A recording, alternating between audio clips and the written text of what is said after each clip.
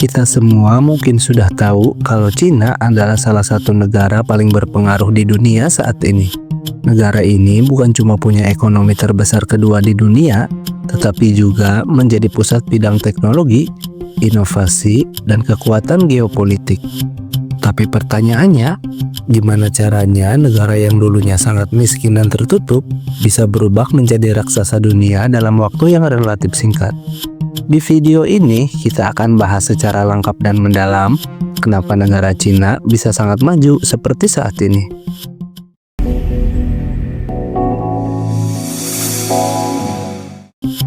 Untuk mengerti kemajuan negara Cina, kita harus lihat ke belakang terlebih dahulu, yaitu sekitar tahun 1949.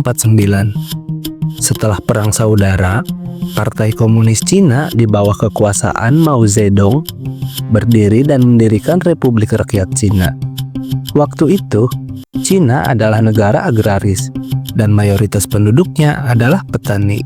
Cina sangat tertutup dari dunia luar. Bahkan kebijakan Mao justru bikin negara makin terpuruk dan kebijakannya yang ambisi mengubah negara agraris menjadi negara industri dalam waktu yang sangat singkat.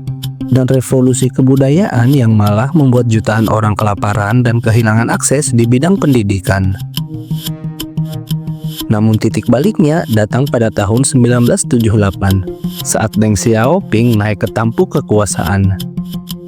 Deng Xiaoping mempunyai pendekatan yang lebih realistis.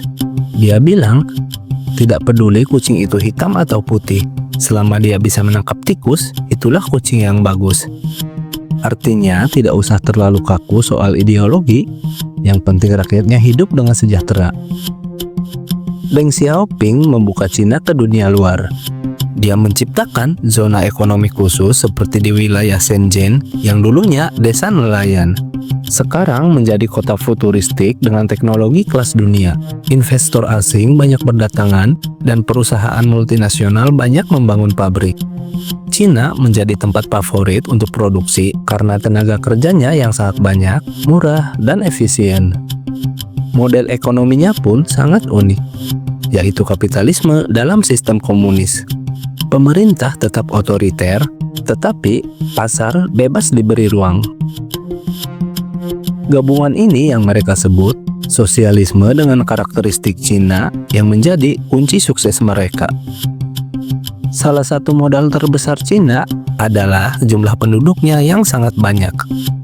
Dengan lebih dari 1,4 miliar orang, mereka mempunyai cadangan tenaga kerja yang luar biasa besar. Tapi bukan cuma soal kuantitas, rakyat Cina juga dikenal sangat rajin, disiplin, dan punya etos kerja yang sangat tinggi. Mereka terbiasa kerja keras demi kehidupan yang lebih layak, dan juga budaya kolektif di mana kepentingan kelompok lebih penting daripada individu, yang membuat kerja tim menjadi efisien dan lebih terarah. Inilah yang membuat Cina bisa jadi pabrik dunia selama beberapa dekade. Coba kalian bayangkan, dalam waktu kurang dari 20 tahun, Cina berhasil membangun lebih dari 3.000 km jalur kereta cepat, bandara, pelabuhan, jembatan raksasa, dan kota-kota baru muncul di negara Cina. Ini bukan cuma soal buat gaya-gayaan saja. Infrastruktur ini mempercepat distribusi barang dan mobilitas manusia. Negara yang tadinya sulit diakses, sekarang jadi terhubung dalam jaringan logistik yang super cepat. Dan semuanya dibangun dengan rencana yang sangat matang. Pemerintah Cina tidak main-main soal pembangunan negaranya. Cina menyadari jika ingin menjadi negara maju, mereka tidak bisa cuma jadi tukang produksi, tetapi mereka harus menjadi inovator. Maka dari itu, mereka berinvestasi besar-besaran di bidang pendidikan dan riset. Setiap tahun, jutaan mahasiswa Cina dikirim ke universitas luar negeri. Semua universitas ternama kebanjiran mahasiswa dari Cina. Tapi yang menarik, banyak dari mereka pulang ke negaranya dan membangun startup atau perusahaan teknologi di sana. Kini, Cina mempunyai perusahaan seperti Alibaba, Xiaomi, Huawei, dan masih banyak lagi yang produksinya banyak dipakai di seluruh belahan dunia. Cina bukan negara demokrasi seperti kebanyakan negara barat, Tapi mereka mempunyai keunggulan lain, yaitu stabilitas politik dan perencanaan dalam jangka panjang. Tidak ada istilah pemilu 5 tahunan yang bikin kebijakan berubah-ubah. Pemerintah Cina membuat rencana 30 tahun ke depan dan menjalankannya dengan sangat konsisten. Contohnya, Made in China 2025, rencana ambisius untuk menjadikan Cina pemimpin dalam teknologi canggih seperti AI, robotik, kendaraan listrik, dan bioteknologi.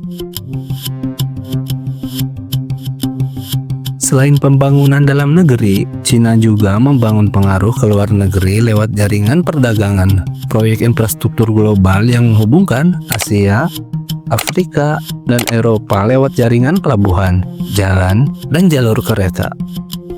Lewat proyek ini, Cina membantu pembangunan di negara-negara berkembang, tapi juga memperluas pengaruh ekonomi dan politiknya. Banyak yang bilang ini strategi soft power ala Cina. Tentu saja kemajuan negara Cina bukan tanpa kontroversi. Ada banyak kritik terhadap pelanggaran HAM, sensor internet, pengawasan ekstrim terhadap warganya, dan kebijakan luar negeri yang sangat agresif. Beberapa negara mulai khawatir soal dominasi Cina, baik secara ekonomi maupun militer. Tapi yang jelas, tidak bisa dipungkiri bahwa Cina sudah menjelma menjadi kekuatan global yang sangat sulit diabaikan. Cina membuktikan bahwa dengan perencanaan jangka panjang, tenaga kerja yang besar, investasi pendidikan, dan strategi ekonomi yang fleksibel, sebuah negara bisa bangkit dari kemiskinan dan menjadi raksasa dunia hanya dalam waktu beberapa dekade. Pertanyaannya sekarang, apakah negara lain bisa mengikuti jejak mereka? Atau apakah kesuksesan Cina adalah hasil dari kondisi unik yang sulit ditiru? Silahkan tulis pendapat kalian di kolom komentar.